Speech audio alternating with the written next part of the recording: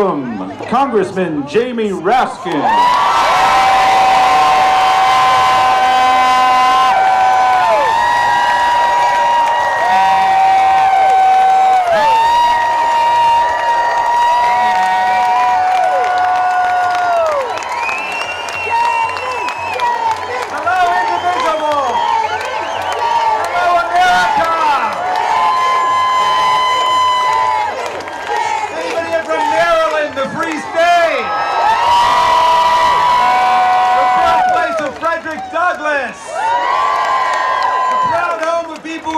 USAID, FDA,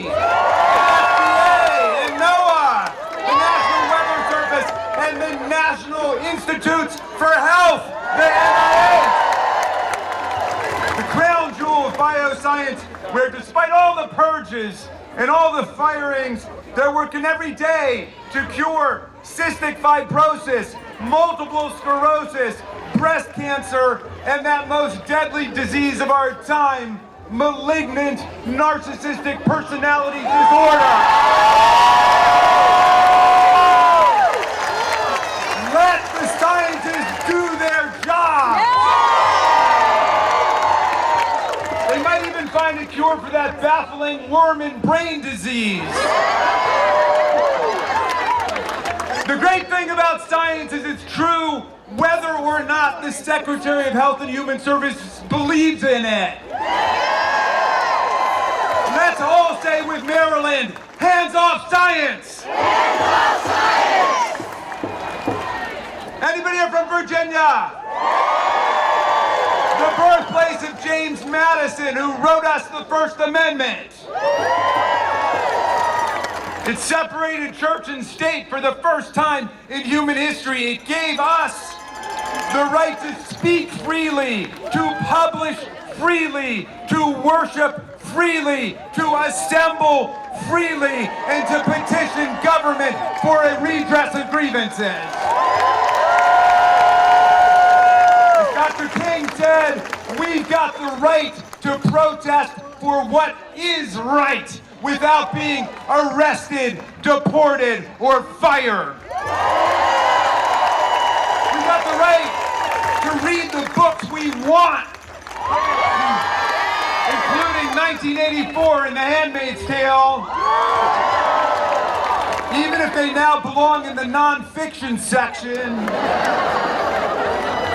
We've even got the right to call the president deranged for crashing our economy, destroying $6 trillion of wealth, and turning my 401k into a 201k. And the press has the right to call the Gulf of Mexico the Gulf of Mexico.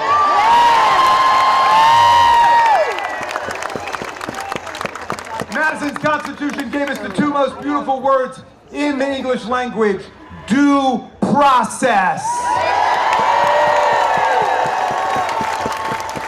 Let's stand with Madison and Virginia and the people and Thomas Jefferson and all the people of the Commonwealth of Virginia, and let's say, hands off the Bill of Rights! Hands off the Bill of Rights! Hello to the 713,000 tax-paying, patriotic citizens of Washington, D.C.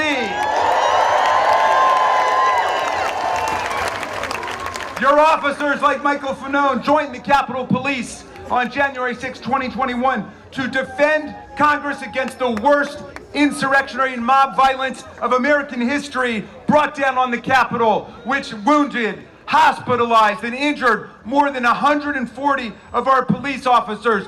These were mobsters who turned the flag of America into a weapon of war against our police. And now Donald Trump says he wants to set up a fund to compensate them. Mr. Trump, if there's got to be a fund to compensate people for January 6th, we're going to compensate the police officers and their families.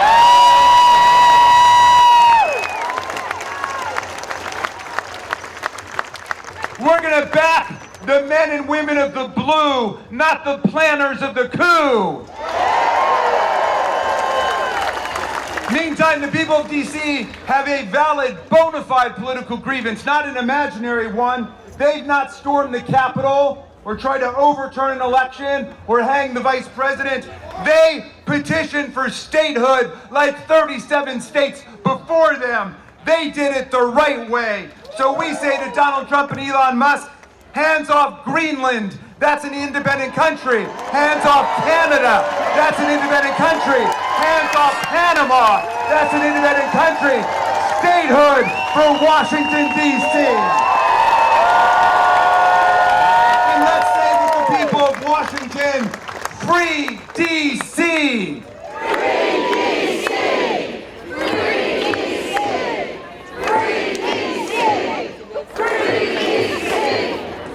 I want to say a special hello to people across America, but especially the people of Wisconsin.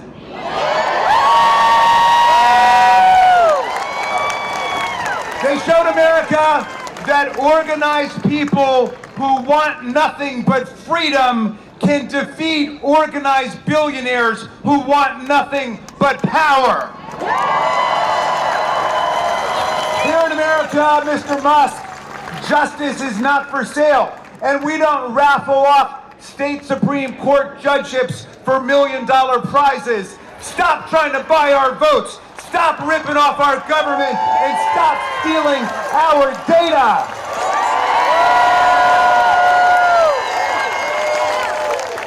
My friends, we're in the fight of our lives, but I want to tell you this. We are winning now. We are winning every day.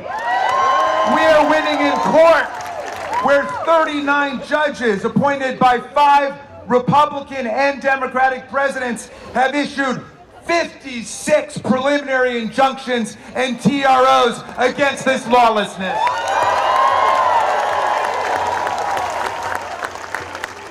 That's why my MAGA colleagues now want to impeach the judges like Judge Boasberg, the chief judge of the D.C. District Court.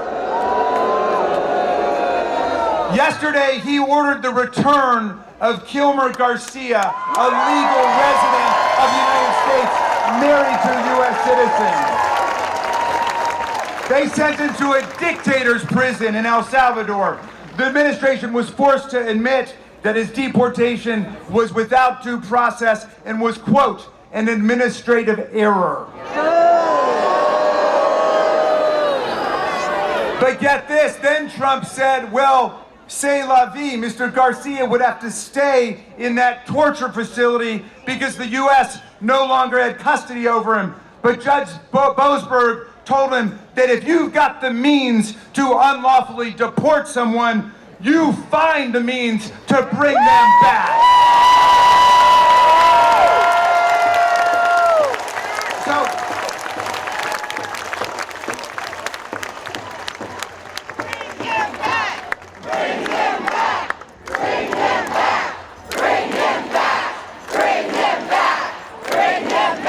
now we're calling Judge Boasberg a radical left rogue judge.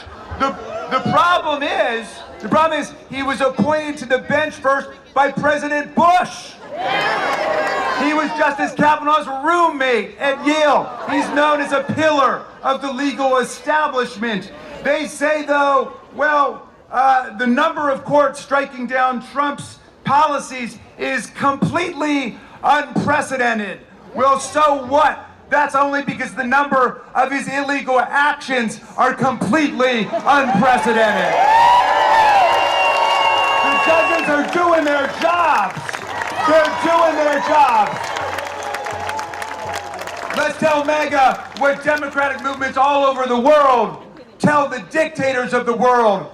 Hands off the courts. Hands off the courts. Hands off the courts. Hands off the courts. Hands off the courts. Hands off the courts. Trump's even trying to ban law firms and lawyers who represent Democrats from federal buildings and federal employment and to revoke their security clearances.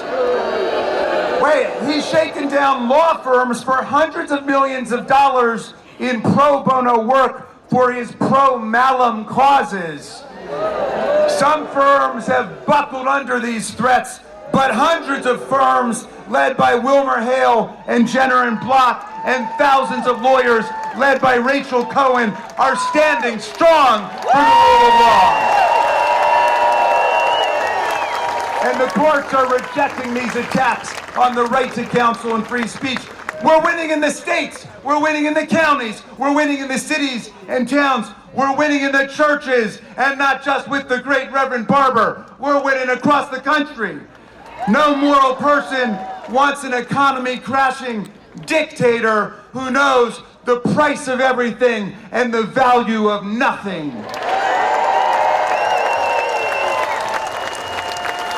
We're winning in the universities, which know the difference between transgender mice and transgenic mice. And they know the difference between academic freedom and political tyranny. We're winning with veterans across America who know which side we were fighting on in World War II. And when they see Nazis marching down the boulevard, they don't see very fine people on both sides of the street.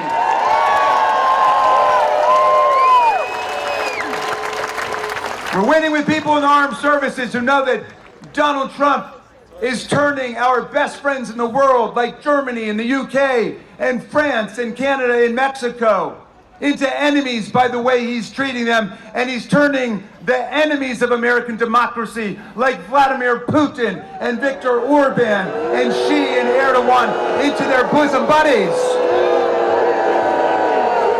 We're starting to win with the business community, which knows there's no prosperity with stupid trade wars against the whole world.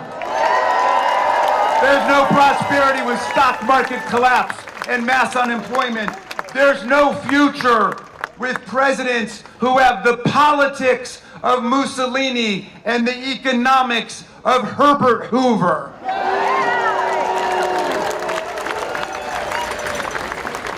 But now look, Elon Musk and the Silicon Valley billionaire mafia believe that high IQ tech supermen obsessed with eugenics and impregnating as many women as possible are destined to govern the rest of us. In other words, they're going to rule in their vision.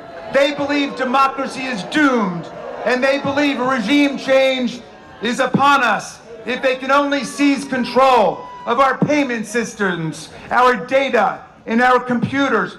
Their guru, Curtis Yarvin, aka Mencius Moldbug, says American democracy is a failed experiment. He praises slavery and its positive effects for the African American community.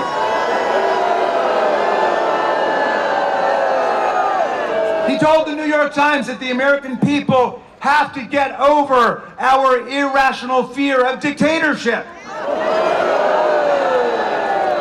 On January 20th, the day when Donald Trump did not put his hand on the Bible, even his own Bible, available online to true believers for the low price of $59.99. On that day, when he swore to support our Constitution, we saw what a dictatorship of autocrats and plutocrats and kleptocrats and theocrats looks like. It's a twice impeached, multiply bankrupted, very stable genius standing in front of oligarchs, Elon Musk, Mark Zuckerberg, and Jeff Bezos, standing in front a cabinet of billionaires and Putin followers who make war plans over the public signal app, even while they're literally sitting in the Kremlin. But I want to tell you something. Moldberg and Vance and Musk, they may have access to artificial intelligence, but they've got no access to human intelligence. These founders of the Dark Enlightenment, as they call themselves, are no match for the founders of the actual Enlightenment, like Madison and Jefferson and Ben Franklin and Tom Paine, much less the leaders who took down slavery and built Reconstruction, like Abraham Lincoln and Harriet Tubman and Thaddeus Stevens and Frederick Douglass. If they think they're going to overthrow the heroes of American democracy, they don't know who they're dealing with. Our founders wrote a constitution that does not begin with "we the dictators." The preamble says, "We the people." We the who? People. Did you say the corporations? No. We the people, in order to form a more perfect union. Did you say a more perfect government? No. We the people, in order to form a more perfect union, establish justice, ensure domestic tranquility, provide for the common defense, promote the general welfare, and secure to ourselves and our posterity the blessings of liberty, do hereby ordain and establish the Constitution of these United States of America. That's our preamble. And then the very next sentence is, all legislative power is vested in the Congress of the United States of America. And it lays out all the powers of Congress, the power to regulate commerce domestically and internationally, which means it's Congress that controls tariffs, not the president, not Elon Musk. Their tariffs are not only imbecilic, they're illegal, they're unconstitutional, and we're going to turn this around. Congress has the power of the purse to raise money and spend money. An Appropriations Act is a federal law, like a law banning assault on federal officers. It's not a budgetary negotiation. It's not a suggestion to the executive branch. If we say spend money on childhood education or cancer research, you spend that money. Congress is the lawmaking branch, the predominant branch, as Madison put it. And don't buy any of this fifth grade propaganda about three co-equal branches. First of all, co-equal's not even a word, okay? It's like extremely unique. But secondly, read Article 2 of the Constitution about the president. After all those pages about Congress, 4 short paragraphs.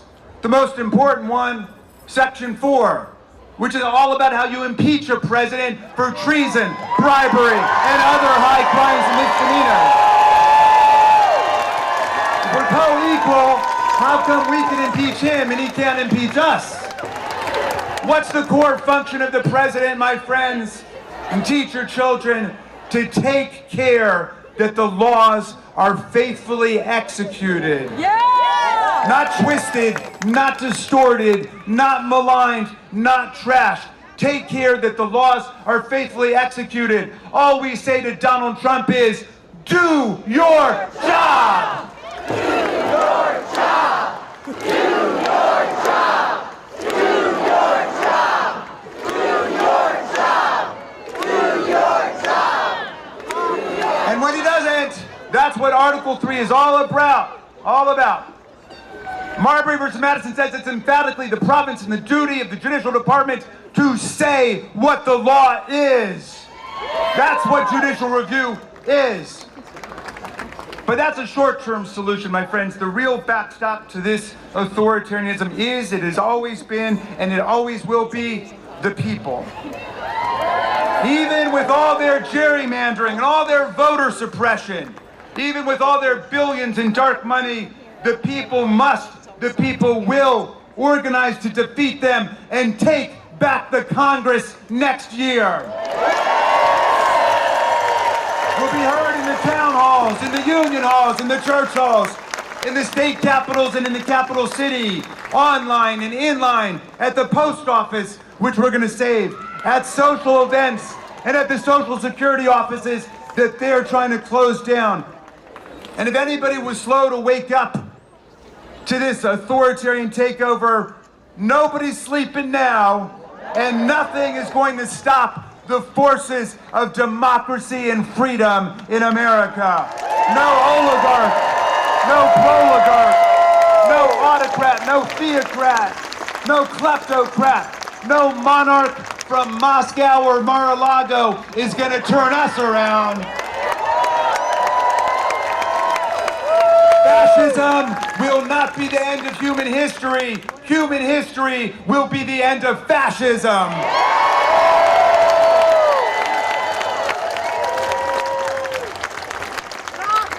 The deranged cult of MAGA will not destroy the economy built by free labor, free ideas, and free markets. The Economist magazine called 6 months ago the envy of the world. The envy of the world. My friends, we are not only the liberals who believe in liberty. We are not only the progressives who believe in progress.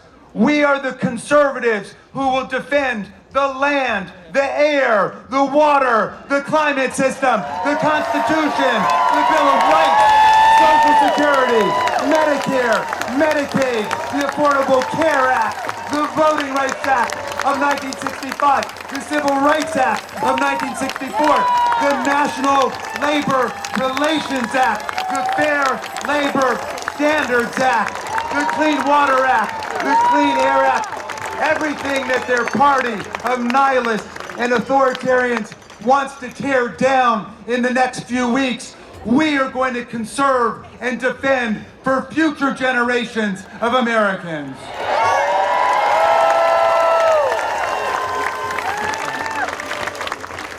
We invite all Americans to join us, to join the party of democracy and freedom and solidarity. An injury to one is an injury to all. A victory for any one of us is a victory for all. And I leave you with the words of two great democracy patriots. Hold them close to your heart. One, the great Frederick Douglass, born a half an hour away at the Wye River Plantation into slavery. He escaped from slavery to become our great freedom fighter during the Civil War and Reconstruction. And Douglass said, if there's no struggle, there's no progress. And the struggle may be physical, it may be moral and physical, but there must be struggle. Power concedes nothing without a demand. It never has, and it never will. A message to you from Frederick Douglass and the people of Maryland. And my friends, I leave you finally with the words of the great Tom Paine, who my son Tommy was named after. And Tom Paine got here in 1774, 2 years before the Revolution. He fell in love with the promise of our land. He said, if these people live up to their promise and their ideals, the land will become an asylum to humanity, he said. Not an insane asylum, mind you. A place of refuge for people seeking freedom from political and religious discrimination from all over the world. And he wrote the pamphlet that ignited our revolution, Common Sense, by which he meant the sense we all have in common when we're willing to reason together without myth and dogma and what we would call propaganda and disinformation. But you know, 1776 was a tough year, and the country was split. There were some people running around saying, you can't beat the kings and the queens. You can't beat the autocrats and the monarchs. You can't separate church and state. For all of history, people have lived under thugs and dictators and kleptocrats like Vladimir Putin and Donald Trump. But half of the people said, no, let's try something different. Let's pledge to ourselves our sacred honor, our fortunes, our lives, to build something different. And so Paine wanted to write a pamphlet to give people hope during the darkest hours. And he wrote this beautiful pamphlet called The American Crisis. I just want to quote a little passage to you. I'm going to update the language so it doesn't offend modern sensibilities. And Nancy Pelosi told me I had to do that. And she said it wouldn't offend Tom Paine because he was a feminist, and that he was. He was fighting for women's voting rights in the 18th century. But Paine said, these are the times that try men and women's souls. The summer soldier and the sunshine patriot will shrink at this moment from the service of their cause and their country. But everyone that stands with us now will win the love and the favor and affection of every man and every woman for all time. Tyranny, like hell, is not easily conquered, but we have this saving consolation. The more difficult the struggle, the more glorious in the end will be our victory. Let's make that victory ours. Thank you, individuals.